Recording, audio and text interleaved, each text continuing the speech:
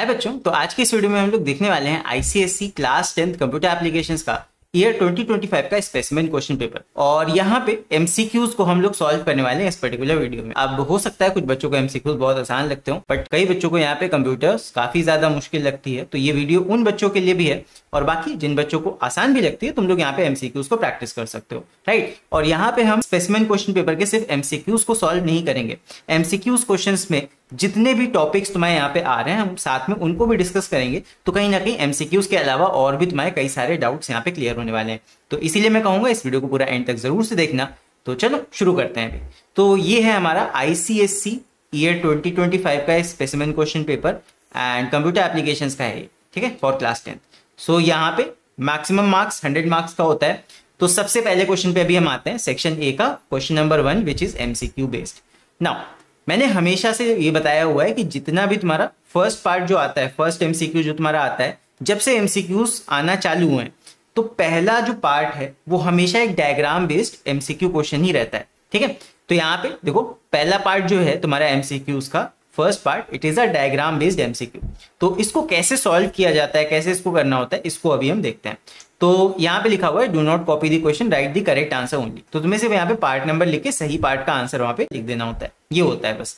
तो बस देखो पहला है नेम दी अबव स्ट्रक्चर। तो यहाँ पे एक डायग्राम बना के हमें कहा गया है कि ये अबव स्ट्रक्चर क्या है। जितने बच्चों ने एरेस पढ़ लिया है, देखो एरे दो तरह के होते हैं, एक होता है 1D एरे, सिंगल लाइन का होता है, सिंगल रो होती है उसमें। ये तुम्हारा 2 डायमेंशनल एरे है जिसमें रो भी हैं और कॉलम्स भी हैं, सिंपल सी चीज है। तो यहाँ कितने रोज हैं? रोज हमेशा होती हैं हॉरिजॉन्टल, 1 रो, 2 रो, 3 रो और 4 रो। तो इसमें कितनी है? 4 यहाँ पे तुम्हारे पास में रोज हैं, okay.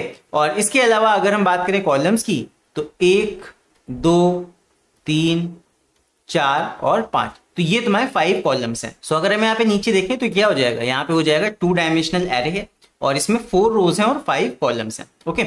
So it is a 2 dimensional array with 4 rows and 5 columns. So B part is the correct one. So I hope ये समझ में आ गया होगा। इस तरह हमेशा क्रॉस चेक जरूर से करना, बिकॉज होता क्या है कभी कभी कि बच्चों को पता होता है कि ये 2D एरे है लेकिन रोज कॉलम में कंफ्यूज हो जाते हैं। हो सकता है सही समझ भी ले बट ऑप्शंस में जल्दी जल्दी में गड़बड़ी हो जाती है। तो इन बातों का थोड़ा सा ध्यान रखना।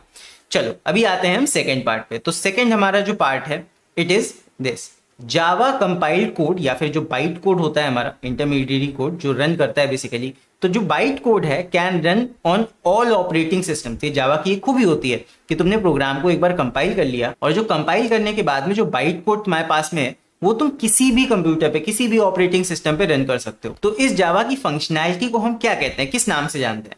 तो यहाँ पे रोबस्ट एंड सिक्योर ये नहीं है, ऑब्जेक्ट ओरिएंटेड होती है जावा ऑब्जेक्ट ओरिएंटेड, लेकिन ये फीचर ये चीज नहीं बता रहा है। प्लेटफॉर्म इंडिपेंडेंट, जावा को हम किसी भी प्लेटफॉर्म पे रन कर सकते हैं जावा प्रोग्राम को। सो प्लेटफॉर्म इंडिपेंडेंट ये तुम्हारे यहाँ पे कैरेक्टरिस्टिक बताया जा रहा है। तो देखो थ्योरी ऐसे ही आती है घुमा के, डायरेक्ट तुमसे यहाँ पे आंसर्स लिखने के लिए नहीं आता है, बट हाँ अगर तुम्हें पता होगा, आता होगा तो तुम यहाँ पे इस तरह कर सकते हो। तो ये कैरेक्टरिस्टिक्स ऑफ जावा का क्वेश्चन था। इसके बाद आते हैं थर्ड पार्ट पे। तो द साइज ऑफ, यहाँ पे सिंगल कोट्स में /n लिखा है। /n तुम्हारा क्या हो गया? ये तुम्हारा हो गया new line character /n, okay. ये जो /n होता है it is a new line character, मतलब कि ये तुम्हारा न्यू लाइन को सिग्निफाई कर रहा है, न्यू लाइन पे जंप करा देगा कर्सर को। तो है क्या है बेसिकली, सिंगल कोट्स में लिखा है कैरेक्टर है, और किसी भी कैरेक्टर का साइज कितना होता है? कैरेक्टर तुम्हारा होता है 2 बाइट्स का, ठीक है। तो यहाँ पे क्या हो जाएगा 2 बाइट्स, यानी कि a part is the correct answer. So I hope ये समझ में आ गया होगा। फिर इसके बाद आते हैं फोर्थ पार्ट पे, identify the operator that gets the highest precedence while evaluating the given expression. इसको देखते हैं। तो देखो जावा में जो ऑपरेटर प्रेसिडेंस होता है बॉडमास रूल ही चलता है, लेकिन एक बात का तुम लोग को ध्यान रखना होगा कि जो मल्टीप्लाई है, डिवाइड है या फिर मॉड्यूलो है, इनका हायर प्रायोरिटी होता है as compare to plus and minus. ध्यान रखना ये चीज, प्लस और माइनस की एक बराबर प्रायोरिटी होती है, एंड इनका जो मतलब यहाँ पे एसोसिएटिविटी होती है वो लेफ्ट टू राइट होती है। मतलब यहाँ पे एक्सप्रेशन जब सॉल्व होगी वो लेफ्ट साइड से चलना स्टार्ट होगी, और जो ऑपरेटर पहले मिल गया सेम प्रायोरिटी वाला वो पहले सॉल्व हो जाएगा। तो देखो लेफ्ट से हम आए a प्लस बी, प्लस की प्रायोरिटी मतलब प्रेसिडेंस नीचे होती है, फिर आए b मॉडुलो c। अब मॉडुलो की हायर प्रायोरिटी है सारे ऑपरेटर्स में, मॉडुलो एस्टेरिस्क ये दोनों की ही हायर प्रायोरिटी है, लेकिन पहले कौन पड़ा? पहले आ गया मॉडुलो वाला। तो पहले मॉडुलो आ गया, इसीलिए प्रेसिडेंस किसकी ज्यादा होगी, मॉड्यूलो यानी कि परसेंटेज वाले ऑपरेटर की। तो B part is the correct answer. So I hope ये भी समझ में आ गया होगा। प्लस की पहले क्यों नहीं, बिकॉज प्लस ऑलरेडी नीचे वाले लेवल पे है, उसका ऑपरेटर प्रेसिडेंस मॉड्यूलो और एस्टेरिस्क और डिवीजन के बाद में आता है, तो इसीलिए प्लस बाद में सॉल्व होगा, मॉड्यूलो पहले हो जाएगा, फिर मॉड्यूलो के जस्ट बाद मल्टीप्लाई वाला यानी कि एस्टेरिस्क सिंबल सॉल्व होगा। ठीक है, आई होप ये समझ में आ गया होगा। नेक्स्ट अभी बढ़ते हैं फिफ्थ पार्ट की तरफ। सो फिफ्थ पार्ट है विच of the following is a valid Java keyword. तो कीवर्ड यहाँ पे, कीवर्ड तुम लोग को पता होनी चाहिए। देखो इफ नहीं होगा बिकॉज यहाँ पे कैपिटल आई है, बुलियन पूरा का पूरा कैपिटल में लिखा है, स्टैटिक ये सारा का सारा स्मॉल में है, एंड स्टैटिक ये कीवर्ड होता है, और स्विच में एस क्योंकि कैपिटल है इसलिए कीवर्ड नहीं होगा, तो सी पार्ट हमारा करेक्ट हो जाएगा। फिर इसके बाद आते हैं सिक्स्थ पे। तो सिक्स्थ है the output of the following code is system.out.println math.ceil 6.4। ये तुम्हारा मैथ क्लास के फंक्शंस हैं। किसी को भी अगर मैथ क्लास के फंक्शंस में थोड़ी सी भी दिक्कत है तो तुम यूट्यूब पे जाके सर्च कर सकते हो, सर्च में मैथ क्लास एम्पलीफाई लर्निंग या मैथ फंक्शंस एम्पलीफाई लर्निंग। तो मैथ क्लास के ऊपर ऑलरेडी मैंने एक वीडियो बनाया हुआ है जिसमें मैंने इन सारे फंक्शंस को कैसे सॉल्व करते हैं, हर एक फंक्शन का क्या क्या काम होता है, वो सब मैंने वहां पे बताया हुआ है। तो math.ceil, सील क्या करता है, सीलिंग वैल्यू देता है, मतलब कि टॉप की वैल्यू देता है होल नंबर में। तो 6.4 के ऊपर वाला होल नंबर क्या आएगा, ये हो जाएगा तुम्हारा 7, और math.ceil तुम्हें डबल टाइप की वैल्यू देगा इसलिए 7.0 यहां से मिलेगा। ओके, बीच का प्लस यहाँ पे हो गया। फिर math.floor, ये math.floor फंक्शन क्या करेगा, जो भी अंदर वैल्यू है उसका फ्लोर वैल्यू तुम्हें देगा। तो -1 -2, ध्यान रखना पॉइंट नहीं है ये, -1 -2, पहले ब्रैकेट सॉल्व होगा तो ये आ जाएगा -3, फिर होगा math.floor लगेगा, यानी कि -3 का math.floor। अब -3 क्योंकि एक इंटेजर है, तो इंटेजर अगर नंबर हम पास कर रहे होते हैं तो उसका फ्लोर वैल्यू भी वही होता है, सीलिंग वैल्यू भी खुद ब खुद वही होता है। तो यहां पे -3 का फ्लोर वैल्यू कितना हो जाएगा, -3.0, तो ये हो जाएगा तुम्हारा 7.0 माइनस प्लस माइनस माइनस करेंगे, सिंपल सी चीज है 3.0, तो 7 में से 3 माइनस कर लो, कितना आ जाएगा, ये आ जाएगा तुम्हारा 4.0। ध्यान रखना सिर्फ 4 नहीं आंसर आएगा, हमेशा मैथ क्लास के फंक्शंस डबल टाइप की वैल्यू रिटर्न करते हैं, इसलिए 4.0 यहाँ पे आ जाएगा, यानी कि डी पार्ट सही हो जाएगा। ठीक है, फिर इसके बाद आते हैं 7th पार्ट पे। Which of the following returns a string. तो यहाँ पे कौन सा वाला फंक्शन, स्ट्रिंग क्लास का फंक्शन हमें स्ट्रिंग वैल्यू रिटर्न करके देता है। लेंथ फंक्शन हमें एक लेंथ यानी कि नंबर रिटर्न करके देगा, कैरेट फंक्शन कैरेक्टर निकाल के देता है। फिर उसके बाद में थर्ड ऑप्शन है रिप्लेस। रिप्लेस फंक्शन क्या करता है, ओरिजिनल स्ट्रिंग लेता है, उसके अंदर एक कैरेक्टर जो तुम्हें चेंज करना है उसको दूसरे कैरेक्टर से रिप्लेस करके पूरा का पूरा स्ट्रिंग तुम्हें वापस देता है। तो रिप्लेस फंक्शन जो है यही तुम्हें पूरा पूरा स्ट्रिंग एज अ रिटर्न देता है, ये होता है। और इंडेक्स ऑफ चेक करना चाहो तो इंडेक्स ऑफ क्या देता है, वो भी एक नंबर न्यूमेरिक वैल्यू यानी कि इंडेक्स देता है। तो बाकी सारे अलग टाइप के देंगे, रिप्लेस वाला फंक्शन तुम्हें पूरा का पूरा स्ट्रिंग एज अ रिटर्न दे देता है। फिर इसके बाद आते हैं 8th पार्ट पे। Which of the following is not true with regards to a switch statement. Switch statement के लिए यहाँ पे क्या गलत है, हमें नॉट ट्रू वाला स्टेटमेंट बताना है, ध्यान रखना। Checks for an equality between the input and the case labels, correct है। सपोर्ट्स फ्लोटिंग पॉइंट कॉन्स्टेंट्स, ये वाला गलत हो जाएगा, यानी कि बी पार्ट हमारा करेक्ट हो जाता है। फिर सी पार्ट है break is used to exit from the switch block, ये भी सही है। Case labels are unique, unique case labels होते हैं, ये भी सही है। तो बाकी सारे तो सही ऑप्शन है, जो गलत वाला है वो भी है और उसी को हम टिक लगा देंगे। नेक्स्ट इसके बाद आते हैं 9th पे। Consider the array given below, यानी कि एक एरे है कैरेक्टर्स का। Right the output of the following statement, तो हमें यहाँ पे आउटपुट बताना है, देखते हैं। system.out.println ch@0, तो ch@0 एरे के 0 इंडेक्स पे क्या हो जाएगा, ये तुम्हारा कैपिटल ए है, ठीक है। तो यहाँ पे ch@0 तुम्हें दे देगा कैपिटल ए। इसके आगे लिखा है मल्टीप्लाई बाय 2। अब यहाँ पे एक धर्म संकट आ गया जावा कंपाइलर के लिए कि यहाँ पे कैरेक्टर को नंबर से कैसे मल्टीप्लाई किया जाए। तो यहाँ पे जावा थोड़ा सा एक काम करेगा जिसको हम बोलते हैं ऑटोमेटिक कन्वर्जन। जावा में क्या होता है कि अगर कहीं पे कैरेक्टर में तुम कोई न्यूमेरिक वैल्यू ऐड या मल्टीप्लाई कर रहे होते हो तो वो कैरेक्टर का एस्काई वैल्यू ले लेता है, न्यूमेरिक वैल्यू ले लेता है, फिर उसको सॉल्व कर देता है इंटीजर फॉर्मेट में।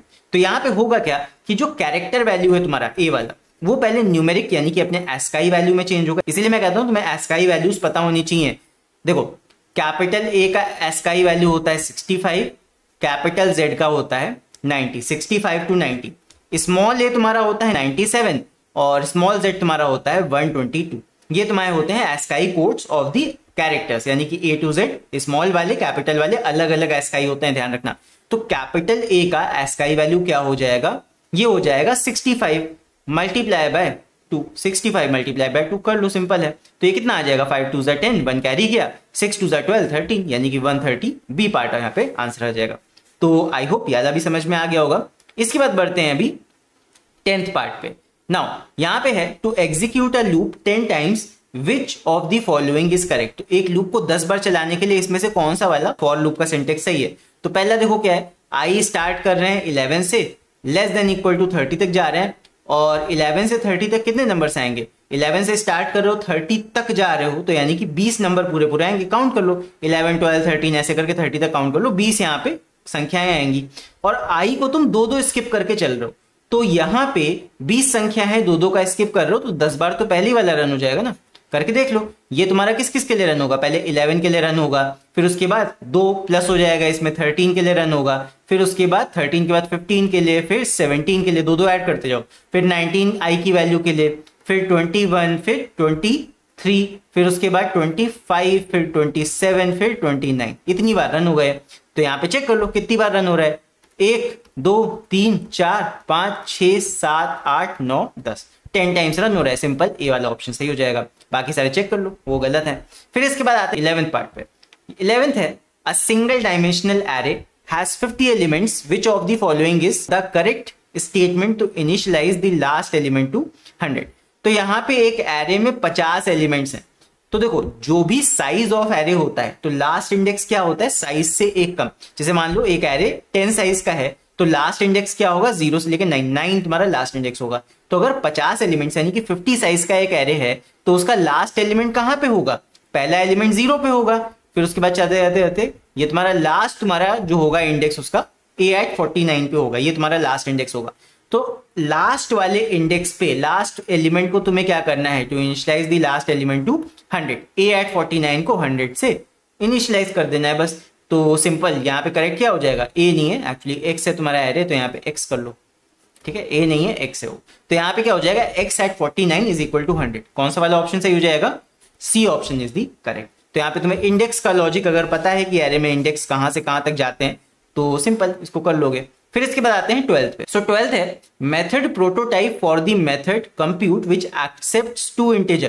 तो यहाँ पे मेथड प्रोटोटाइप की बात कर रहे हैं, मतलब मेथड का मतलब क्या है, सिंपल फंक्शन है। यहाँ पे एक फंक्शन है जिसके अंदर तुम्हें 2 इंटीजर आर्गुमेंट चाहिए, यानी कि पैरेंथेसिस के अंदर int a int b दोनों चीजें होंगी, और रिटर्न कर रहा है ट्रू और फॉल्स। तो रिटर्न ट्रू और फॉल्स का मतलब यहाँ पे रिटर्न टाइप क्या होगा, बुलियन। तो देख लो जिसमें अंदर तुम्हारे 2 इंटीजर एज अ पैरामीटर जा रहे हो और जिसमें रिटर्न टाइप बुलियन वाला हो वो करेक्ट हो जाएगा।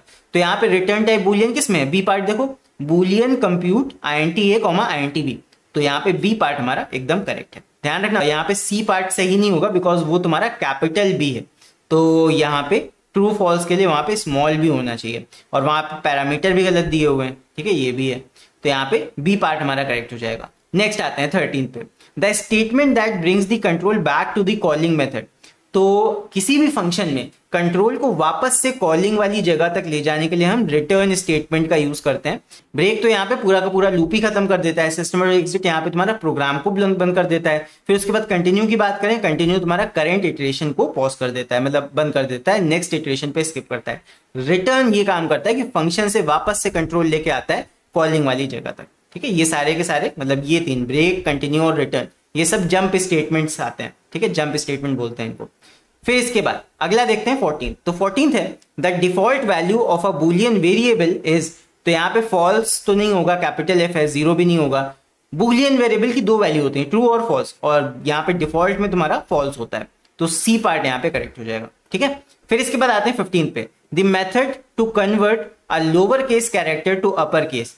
तो कैरेक्टर को कन्वर्ट करना है, ध्यान रखना, character not string, lower case से अपर केस में, तो टू अपर केस में कन्वर्ट करना है। सिंपल है, क्या हो जाएगा, कैरेक्टर क्लास को ले लोगे, रैपर क्लास को, डॉट कैरेक्टर क्लास के अंदर टू अपर केस एक फंक्शन होता है, वो तुम्हारे कैरेक्टर को अपर केस में कर देता है, यानी कि सी वाला सही हो जाएगा, character dot to upper case. Character class का फंक्शन है इसलिए पहले क्लास लिखा जाता है, डॉट उस क्लास के अंदर का फंक्शन है टू अपर केस, और उसके अंदर हम एज अ पैरामीटर वो कैरेक्टर भेजते हैं जिसे हमें अपर केस में करना है, तो सी पार्ट यहाँ पे करेक्ट हो जाएगा। फिर आते हैं अगले पार्ट पे जो कि है 16। तो 16 हमारा असर्शन रीजन वाला क्वेश्चन है। पहले तुम्हारा सीबीएसई बोर्ड में ही सिर्फ असर्शन रीजन आता था, लेकिन अब आईसीएसई वालों ने भी इसको कॉपी कर लिया है, तो अब असर्शन और रीजन वाले आईसीएससी बोर्ड में भी पूछे जाते हैं। आईसीएससी बोर्ड वाले धीरे धीरे कॉपी कर रहे हैं सीबीएसई वाले पैटर्न को। तो यहाँ पे है assertion, integer class can be used in the program without calling a package. तो इंटीजर क्लास अगर हमें यूज करनी है, रैपर क्लास का यूज करना है, तो हम जरूरी नहीं है उसके पैकेज को पहले इंपोर्ट कराएं या कॉल करें, उसको बिना कॉल किए भी हम यहाँ पे यूज कर सकते हैं, मतलब बिना इंपोर्ट कराए भी हम यूज कर सकते हैं। ऐसा होता है, तो ऐसा क्यों होता है उसका एक रीजन दिया हुआ है, बिकॉज रीजन में है it belongs to the default package java.lang। देखो java.lang पैकेज के अंदर, ये डिफॉल्ट पैकेज होता है, इसके अंदर जितनी भी क्लासेस हैं उनको तुम बिना इंपोर्ट कराए यूज कर सकते हो अपने प्रोग्राम में। तो यहाँ पे असर्शन वाला स्टेटमेंट भी सही है और रीजन वाला स्टेटमेंट भी सही है। तो यहाँ पे कौन सा वाला ऑप्शन हमारा करेक्ट हो जाएगा, both assertion and reason are true, और रीजन हमारा करेक्ट है। तो यहाँ पे ऑप्शन ए हमारा करेक्ट हो जाएगा, that both assertion A and reason are true and reason are is a correct explanation of the assertion. A part यहाँ पे सही हो जाएगा। ठीक है, आई होप समझ में आ गया होगा।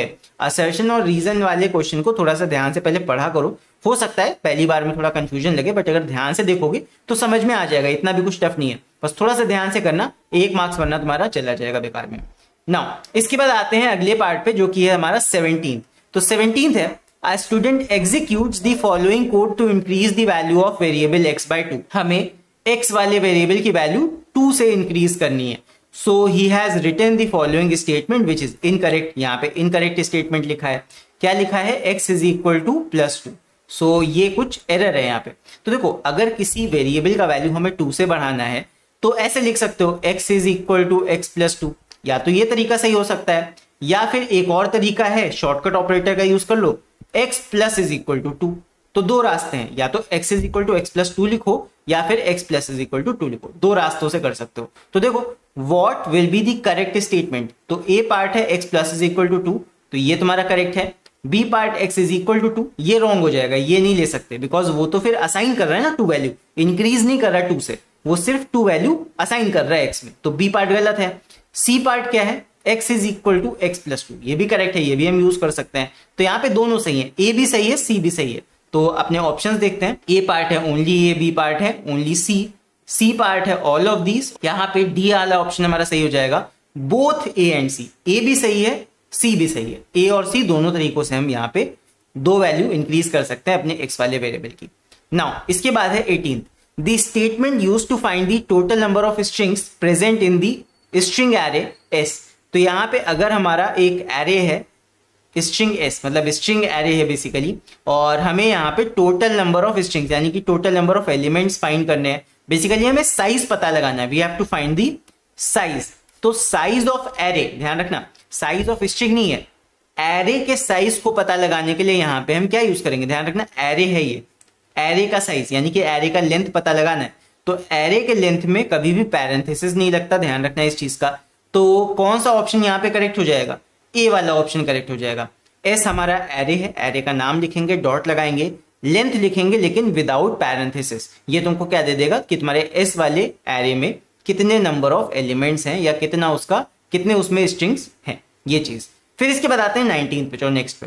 नेक्स्ट हमारा है consider the following program segments in which the statements are jumbled, choose the correct order of statements to swap 2 variables using third variable. तो अगर तुमने 9th क्लास में स्वैपिंग ऑफ 2 नंबर्स पढ़ा है यूजिंग थर्ड वेरिएबल, तो वही चीज यहाँ पे दे रखी है। तो देखो स्वैपिंग में क्या होता है, एक ए वेरिएबल होता है हमारे पास में और एक बी होता है, तो ए बी में कुछ वैल्यूज होती हैं। सबसे पहले हम क्या करते हैं, टेम्परेरी वेरिएबल लेते हैं, identity T is equal to या temp is equal to A कर देते हैं, फिर उसके बाद ए में बी का वैल्यू डाल देते हैं और बी में, क्योंकि ए का वैल्यू हमने टेम्प में सेव किया होता है तो उसको टेम्प से उठा के बी में डाल देते हैं। ये काम होता है यूजिंग थर्ड वेरिएबल, हम वैल्यूज को स्वैप कर देते हैं, ए का वैल्यू बी में चला जाएगा, बी का वैल्यू ए में चला आएगा। तो यहाँ पे चेक करो कि यहाँ पे सीक्वेंस क्या होगा तुम्हारा, कौन सा पहले आएगा स्टेटमेंट, कौन सा बाद में आएगा। तो सबसे पहला तुम्हारा ये वाला हो जाएगा, टेम्परेरी वेरिएबल जो मैंने लिया है, तो यानी कि थर्ड वाला स्टेटमेंट ये तुम्हारा सबसे पहले आएगा फर्स्ट, फिर उसके बाद टी इज इक्वल टू ए, ये तुम्हारा हो जाएगा सेकंड स्टेटमेंट। इन्होंने 2 बार में किया है, पहले टी की वैल्यू 0 लिए, फिर टेम्परेरी में ए का वैल्यू सेव किया है। फिर उसके बाद third statement will be A is equal to B, ठीक है। फिर उसके बाद बी में टी का वैल्यू देते हैं, फोर्थ स्टेटमेंट है। तो अगर सीक्वेंस चेक करोगे, पहला तुम्हारा थर्ड स्टेटमेंट है, फिर फोर्थ है, तो 3 4, फिर उसके बाद 1 और 2, तो सीक्वेंस क्या है 3 4 1 2। ये तुम्हारा चेक कर लो किसमें है, कौन से ऑप्शन में, 3, 4, 1 एंड 2 ये तुम्हारा बी वाला ऑप्शन है। सो यहाँ पे बी ऑप्शन हमारा करेक्ट हो जाएगा। सो आई होप समझ में आ गया होगा ये भी। फिर इसके बाद आगे बढ़ते हैं, आगे हमारा है 20th, अगेन असर्शन और रीजन वाला क्वेश्चन है। चलो करते हैं इसको। तो यहाँ पे है असर्शन दिया हुआ है, an argument is a value that is passed to a method when it is called. तो argument is a value that is passed to a method when it is called. तो आर्ग्यूमेंट क्या होता है, जब हम फंक्शन को call करते हैं, जैसे मान लो हमने कोई फंक्शन बनाया और जब उसको कॉल करेंगे तो उसके अंदर हम कुछ पैरामीटर्स पास करेंगे, ठीक है, तो वो हमारे क्या हो जाते हैं, आर्ग्यूमेंट्स हो जाते हैं, ये चीज है। फिर उसके बाद रीजन हमें क्या दिया हुआ है, variables which are declared in a method prototype to receive values are called actual parameters. ये गलत है। जब हम फंक्शन को बनाते हैं तो उसके फंक्शन प्रोटोटाइप या मेथड प्रोटोटाइप में वहां पे जो फंक्शन के ऊपर जो वहां पैरामीटर्स असाइन कर मतलब लिखे होते हैं बेसिकली, वो क्या होते हैं, वो होते हैं फॉर्मल पैरामीटर्स। अगर फंक्शन कॉलिंग तुमने अच्छे से पढ़ा है, अगर ये चीज नहीं भी आती है तो तुम मेरा फंक्शंस वाला वीडियो जाके देख सकते हो। यूट्यूब पे जाके सर्च कर लेना, यूट्यूब सर्च में फंक्शंस एम्पलीफाई लर्निंग, फंक्शंस या फिर मेथड्स एम्पलीफाई लर्निंग, तो उसमें मैंने बताया हुआ है एक्चुअल पैरामीटर और फॉर्मल पैरामीटर क्या होते हैं। तो यहाँ पे ये जो रीजन है ये गलत दे रखा है, that variables which are declared in a method prototype to receive values, जो रिसीव करते हैं वो होते हैं those are not actual, those are formal parameters. तो रीजन कहीं ना कहीं हमारा फॉल्स है और असर्शन हमारा ट्रू है। तो assertion is true, reason is false. कौन सा यहाँ पे ऑप्शन सही हो जाएगा, ऑप्शन सी हमारा करेक्ट हो जाएगा, assertion is true and reason are is false. तो ये हमारा लास्ट एमसीक्यू था एंड इसके बाद हमारा क्वेश्चन नंबर 2 स्टार्ट हो जाता है।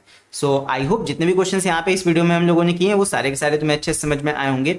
अगर तुम लोग चाहते हो इस पेपर का मैं क्वेश्चन नंबर 2 भी सॉल्व करूं तो उसके लिए तुम्हें कुछ नहीं करना है, नीचे कमेंट्स में लिख के मुझे बोल देना कि सर क्वेश्चन नंबर 2 भी सॉल्व करा दीजिए, तो नेक्स्ट वीडियो में मैं इसको भी सॉल्व करा दूंगा, राइट। सो तुम्हें एक वीडियो कैसा लगा नीचे कमेंट्स में लिख के मुझे जरूर बताना। एंड अगर ऐसे ही वीडियोस आगे भी देखना चाहते हो तो उसके लिए भी चैनल को सब्सक्राइब कर लेना और साथ में बेल आइकन को भी प्रेस करना, ताकि अगला जैसे ही मैं कोई वीडियो पोस्ट करूं तो उसका नोटिफिकेशन तुम्हें जरूर से मिल जाए। सो फिलहाल के लिए भी इस वीडियो में इतना ही। अब इसके बाद हम लोग मिलेंगे अगले वीडियो में, तब तक के लिए take care, see you and bye bye.